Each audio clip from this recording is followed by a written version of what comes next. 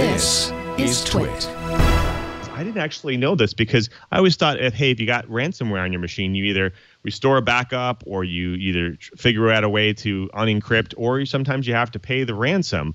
But in this case, sometimes paying ransom demands could land you in hot water. How's that going, Curtis? Well, the answer is that we don't know how it's going to go, because this is an advisory that has just been released by the Treasury Department.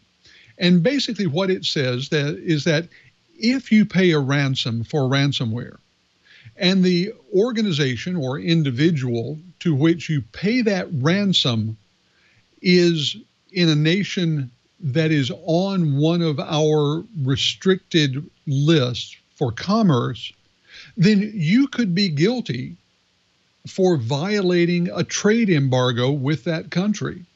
And that's something that most people, I know, if they're in the ransomware victim position, the last thing that they're worrying about is the home address of whatever group has gone and encrypted their data.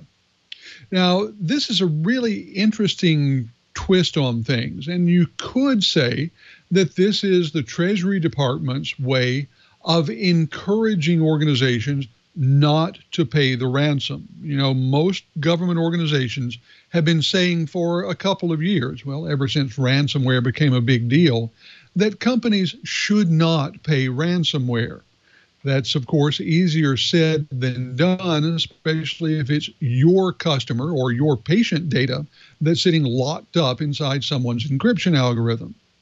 So this will encourage them to think twice, at least, before paying the ransom.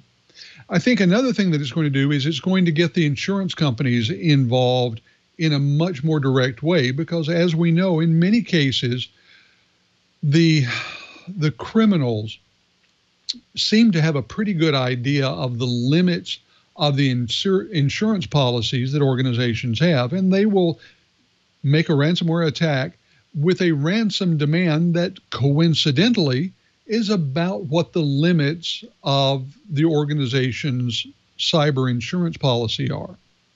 Well, if the insurance company is writing a check to the company that is, or the company, the attackers, and all of a sudden the insurance company is also perhaps on the hook for some of these civil penalties for breaking an embargo, well, that's going to change their willingness to write that check.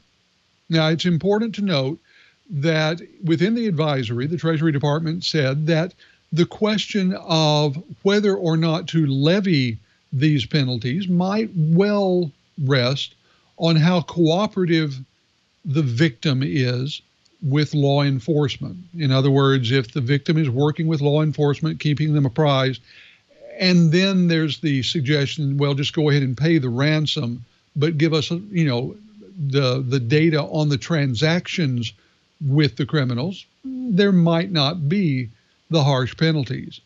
For those organizations that just blindly pay as a knee-jerk reaction, though, they could find that that penalty to the ransomware hijacker pales in comparison to the penalty they have to pay the Treasury Department. So, Lou, I'm going to turn to you. I mean, you deal with a lot of enterprise-level discussions. What do you think? Is this the sort of thing that you believe most CISOs are thinking about when they get the word that one of their systems has been hit by ransomware?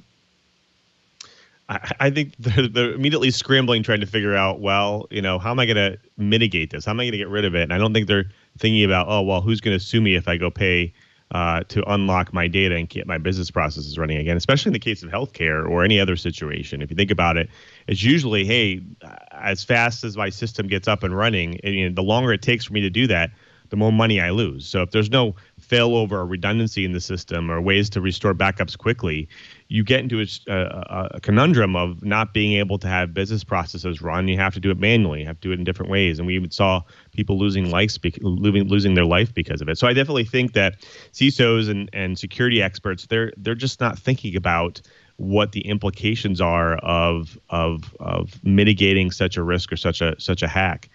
So I think it's almost like there needs to be some process in place that can help here, I think. Well, Brian, I want to turn to you because, as we know, the Treasury Department, being a federal organization, can levy penalties against not only private enterprise, but against state and local governments. And we've seen a lot of these governments be involved in situations where they end up paying the ransom on ransomware. Universities are doing the same thing, often paying in order to get the data back rather than going through the process of trying to decrypt the data themselves. How do you think that university administrators and even local government officials are going to respond to this kind of threat hanging over them for breaking an embargo? Actually, I think this is going to go to the U.S. Supreme Court because I challenge anyone to be 100% sure or even 99% sure what country a ransomware person's really in. All these people are going to do their darndest to obscure where the heck they really are, because if they are in a country that supports extradition, the long arm of the law is going to go reach out to them. So are they really in Russia, or are they just making use of a server to bounce off Russia? So because it's not sure, I think the law or the rule is misguided. I think it needs to be rethought. And if they proceed, I think it's going to go to the U.S. Supreme Court because it's not really well thought out. It's hard to believe that there could be a government proposal that's not really well thought out, but there you have it. One way or another, I think Brian's right. This advisory is not nearly the last word on this. We'll be seeing some news stories about this in the future, and when we do, we'll bring them to you here on TWiT.